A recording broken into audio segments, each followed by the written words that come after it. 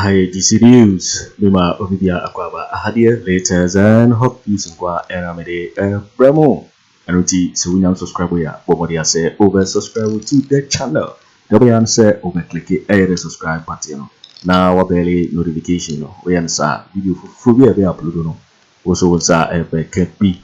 After we are now like video, give us a thumbs up. Now share my offer for sooner when you be here. Now who and someone else will Ghana Memoano. Afi yebura ye ensema beto ye proso yiti eye san komo ya ekosu yiti sansema baba today yiti. We have had a reawakening that Ghana is about to rise again. We have had a reawakening, and I'm saying this, thank God for the change. That change symbolizes Ghana for Yadwin. We are now on the path to reset our minds and revitalize Ghana so that Ghana rises again. And no one should attempt to get in the way of this hurricane. And I'm saying a silent hurricane. We call it the silent hurricane. Okay, let me start this way, folks. And this is going to all of us. Please, the former president, soon to be former president, His Excellency Nana Addo, the soon to be former vice Alhaji Dr. Bawumia, the soon to be the former government in power NPP. Let us all know, neither of you is greater than Ghana. End of discussion. The moment you start thinking, say, Charlie, who will to me in Ghana, no, you are heading in the wrong direction. Likewise, I'm sending the same advice to NDC, which is the government in waiting now. The president-elect is President Mahama. Future, very soon, President-elect Mahama. Please, with your kind attention or respect, President Mahama, you and your vice now coming in. Please, none of you is above Ghana. I hope you see where I'm going now. None of you is above Ghana. None of us is above Ghana. There was Ghana before Nana Addo. There was Ghana before Bawumia. There was Ghana before Mahama. There was Ghana before Nano Pukwajimai. There was Ghana before me. There was Ghana before all of us. And folks, trust me, long after we are gone, Ghana will still be here. But how is Ghana going to be here? It's going to be here like a tattered, broke-ass country, or it's going to be here as a Ghana which has risen again, which is a force to contend with. That's what we want. So let me tell you something. When we say Ghana will rise again, we really mean that we have seen the awakening, and we must rise again. Fellow folks, fellow people, this is our chance to rise again. Now, why am I stating with all of this? I mean, let me do some outline that is unfolding that I am not exactly happy about. It's an unfolding outline. Let me go back to the past a bit. And please trust me, I'm not going to the past to celebrate the past or to stick with the past. May your trajectory be, and I want you to follow me. The trajectory starts a little bit in our past. Okay? Once upon a time, in the very, very recent past, the now soon to be former president made an announcement with vim and vigor that he would never hand over. Please, may bow you not to remind us of anything. I'm building a case. Look at what he said.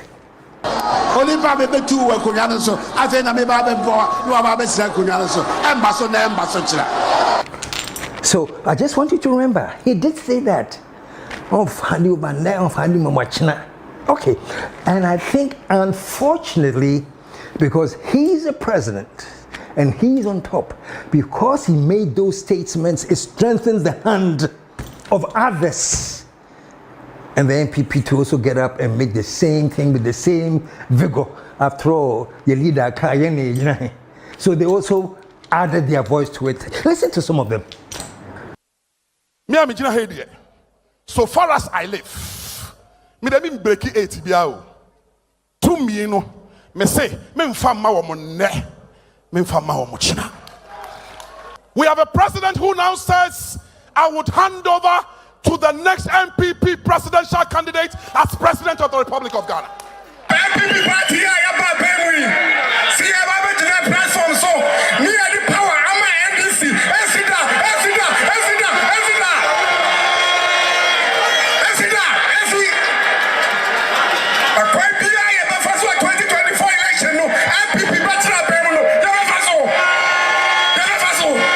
We know how to win the elections. We have 1 million ways to win 2024 elections. We have 1 million ways to win 2024 elections. And I particularly like the last one. We have 1 million ways of winning. Anyway, folks, I'm just going to the past for you to think about something. These were some of the very infuriating and scary statements. And of course, when that was going on this very same show, Talk Shop, I actually challenged the Peace Council. And I said, Peace Council, why are you quiet? Why do you sit down to allow such things to go on? To the extent that the chairman of the Peace Council himself called me, says, KSM, he explained a whole lot of things. And later on, he was on my show as a guest to explain things further to all of you Ghanaians. But what I understood was that when the president and all those other people were making these statements, it's not that the Peace Council was asleep. It's a scarcity.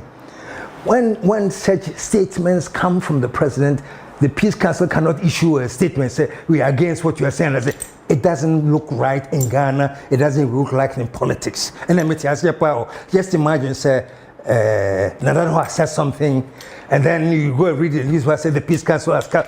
It doesn't look right. It doesn't look even good for the unity of this nation. So he said what they have been doing is that, listen, you and I, we are not asleep. We just speak to them personally. Will they know that this does not advance peace? He said, trust me.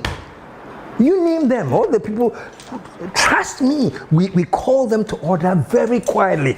I'm sorry I have to say this publicly, but he says, you will all of a sudden just notice that such pronouncements will die down quietly. And I mean, boy, you will start noticing that such pronouncements are dying down quietly. He says, KSM, it's not by accident, we are at work. So you see, a lot of things happen in the country, high tension, suddenly it drops, and then everybody becomes quiet. Nobody is asking questions, how did it happen? But once you see that, you must be mindful of the fact that Peace Council has done a lot of work. So folks, even though the president has made all these statements that I showed you, didn't you see all of them dying quietly? I don't remember seeing the president on more platforms talking about vehemently, on hand over. He stopped saying it. Something was working. To the point that the elections were done, everything was going on nicely. The reports were coming because nowadays, thanks to technology, WhatsApp, thanks to that online, everything was in public domain being unveiled. And at some point, it was very, very, very clear that the NDC had taken the lead. Very, very clear. People were still holding on. Do you remember? We are in a comfortable lead.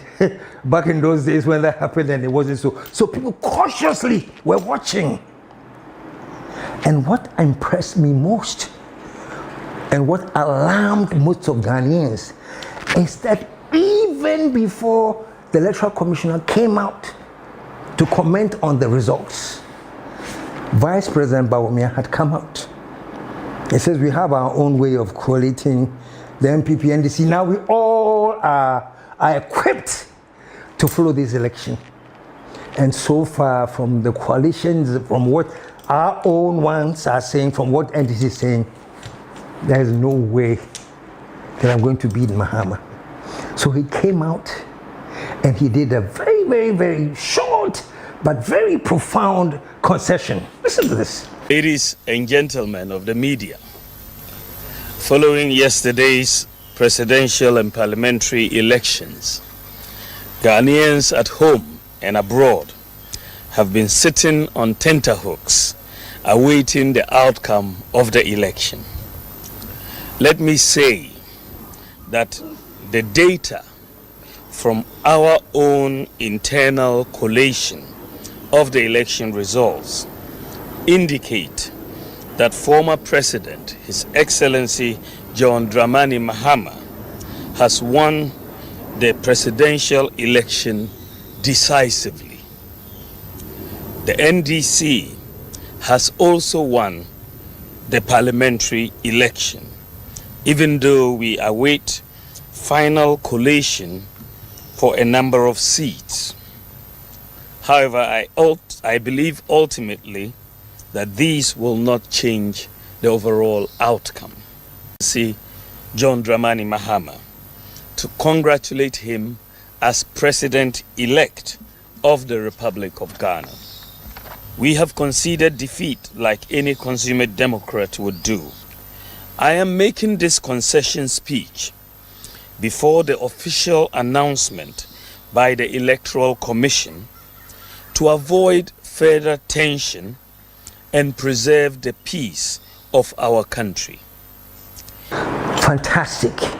He made this concession, and trust me, folks, and I always say, I get hard on Bawumia, I'm always hard on him because of other things, but I'm also intelligent and objective to know that when somebody makes the right move, you commend them.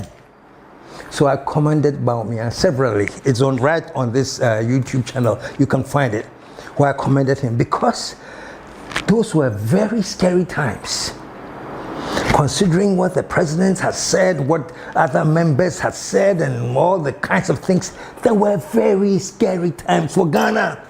I kid you not. So when Bawumia came to concede, people were like, phew, phew. What an air of relief. That concession, what an air of relief. Even before the ANC came to speak. You know, he did that. And folks, it is alleged. Let me say alleged though, because I don't know for a fact. Maybe it's true, maybe it's not, but it is alleged. And from the sources that I heard from, they were telling me that even the concession was on the blind side of Jubilee House. I don't know. But whether it was on the blind side of them or the foresight of them, Bawumia, you did well with that concession, and it saved Ghana a lot of tension and needless speculation and rumor on everything, right? So Bawumia, I'll commend you one more time for that concession speech. It helped. So let's say a few days later, then Jimenez actually came to actually bring the coalition results in Nema and say everything, and ended up proclaiming Mahama as the president-elect of Ghana. And I liked how she ended everything. What can I say? Jimenez, if you are listening, do you remember what you said? I say, it is finished. I have the singular honor as the returning officer of the 2024 presidential election to declare His Excellency John Dramani Mahama as the winner of the 2024 presidential election and the president-elect of the Republic of Ghana with a total percentage of 56.55%. Congratulations, sir. It is finished. Thank you very much. It is finished. So, that once again Ghana has proved, Sir Charlie, we know the democratic process, we have believed in it, it was beautiful. And even after that, Mahama met outgoing and Addo at the Jubilee House, pleasantries and everything, and all Ghanaians said, we have done it again. We have done it again, man. And I say, show some love for Ghanaians, man. We did it. We did it, and I was so happy. And see, we are all happy. Say, we have done this again. Let's move on. And I remember when Mensa was declaring, say, they have come to declare, because there were still some constituencies left which according to the polling stations that we heard of there, NPP had won, but the financial election we're waiting for, you know. And Mensa says that even if we add all of the remaining total to Bawumia, he won't win. So president-elect is Mahama. So that's where we all were at. We were all very, very excited. And then the rumors were starting, that even when we count all the remaining ballots from the polling stations, that surprisingly, NDC has won 2/3 majority already. That was the prevailing belief and everything. And so Ghana thought, okay, now we're moving on. But all of a sudden, things are stalling. Mensa had to come back after declaring, say, it is finished. She had to come back and give us another very interesting story. Listen to just a bit of this.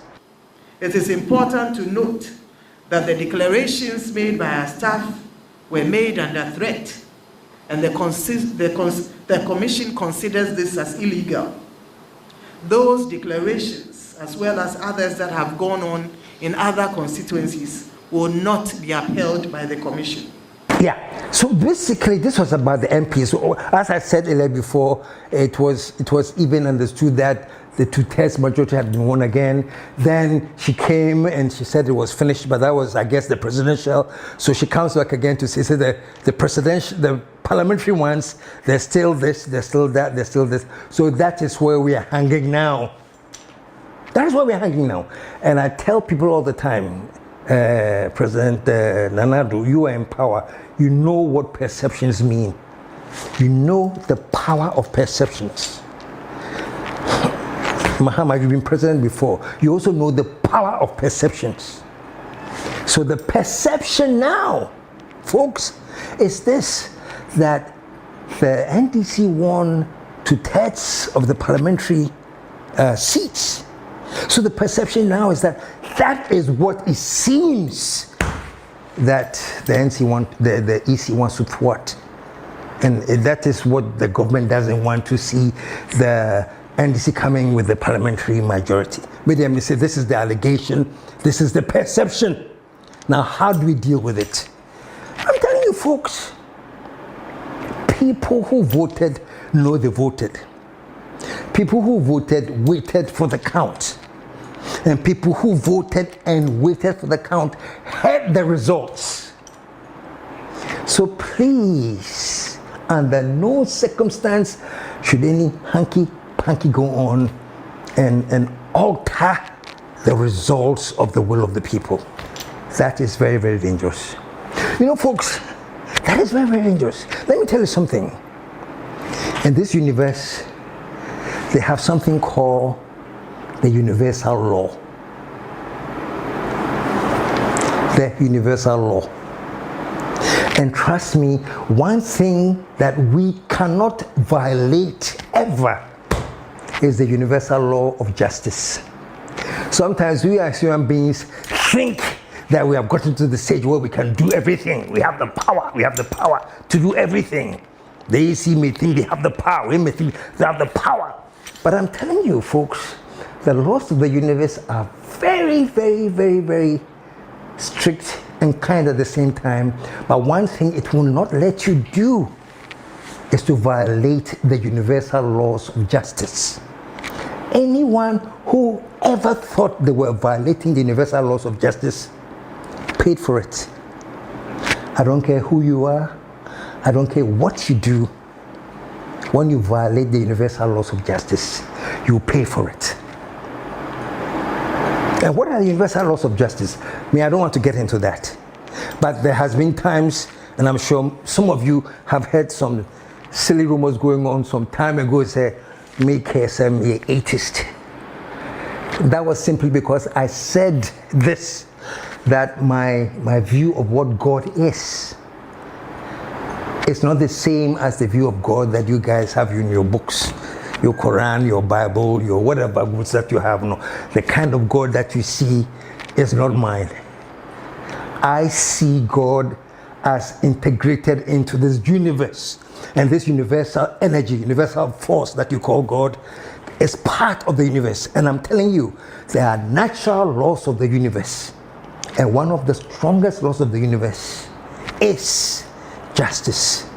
So please, whatever you do, then maybe I do not attempt to violate the universal law of justice. Because if you do, the universe has a very, very, very interesting way of paying back and claiming things. Folks, me that kind of biblical Bible person, no.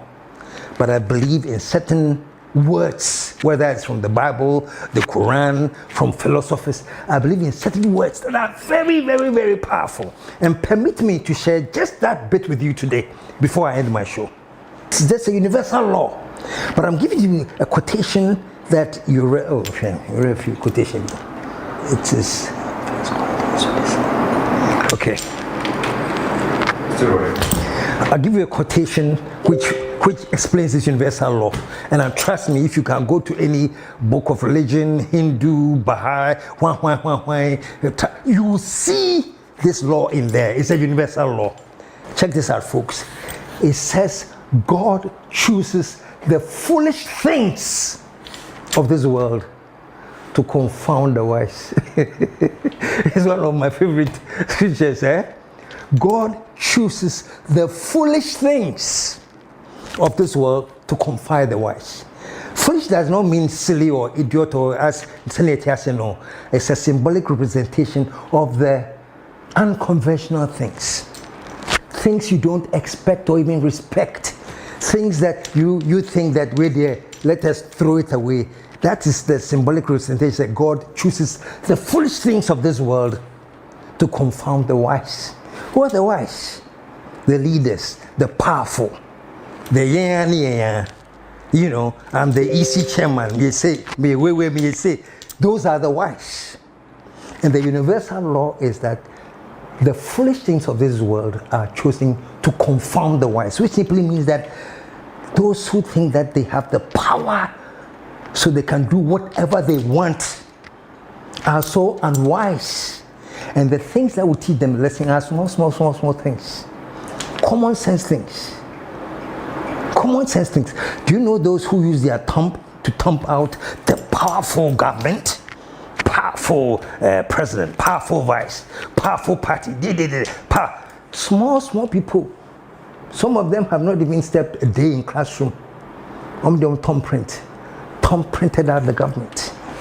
This is one example of using the foolish things of this world to confound the wise. And it says God will use the weak things of this world to confound the mighty.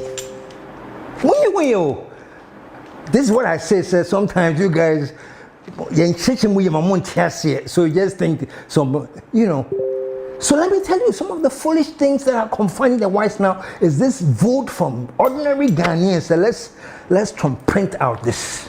Let's make a way of change. And we have had that change. And trust me, folks.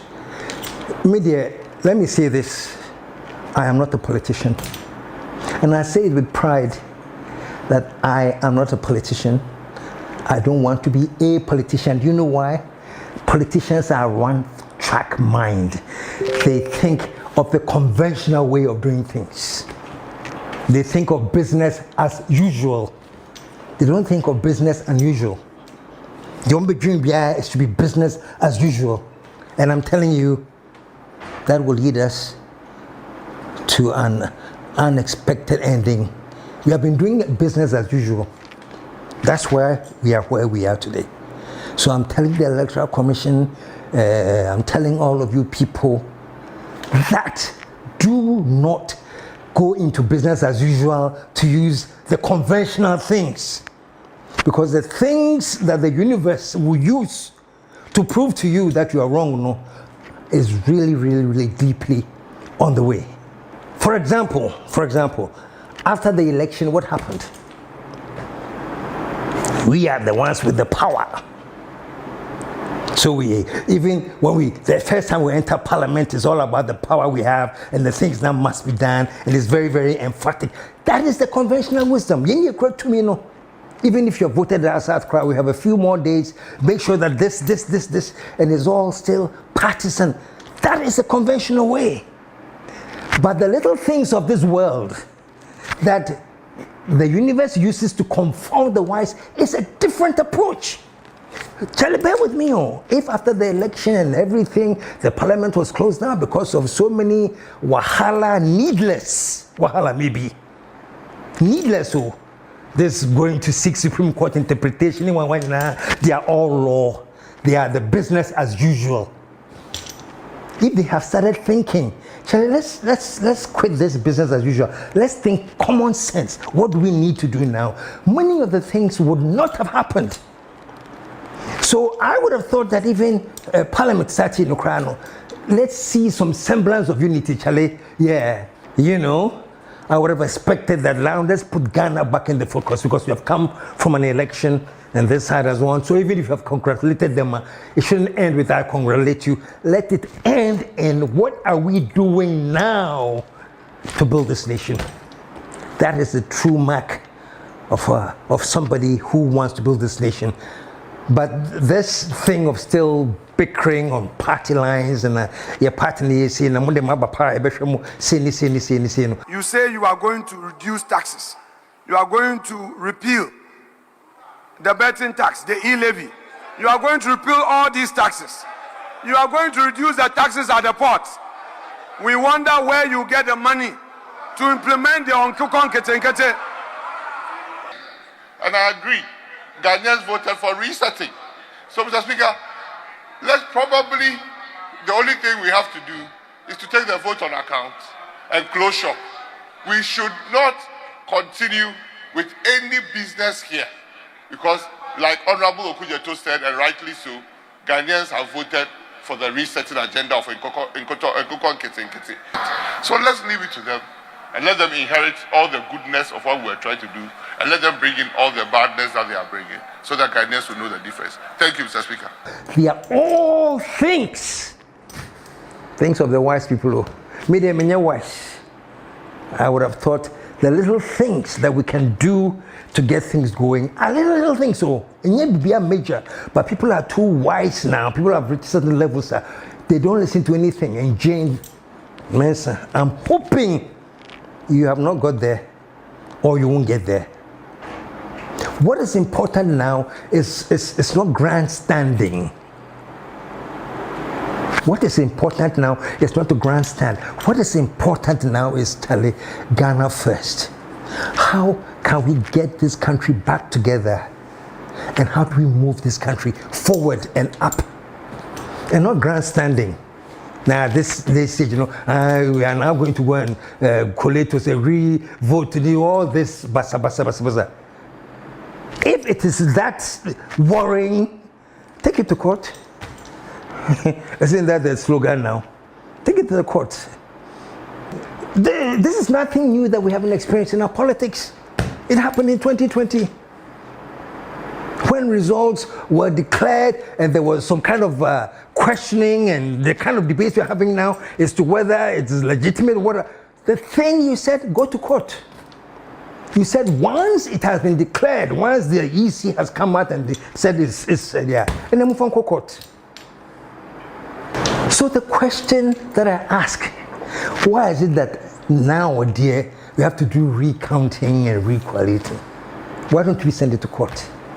Why are we shifting the goalpost?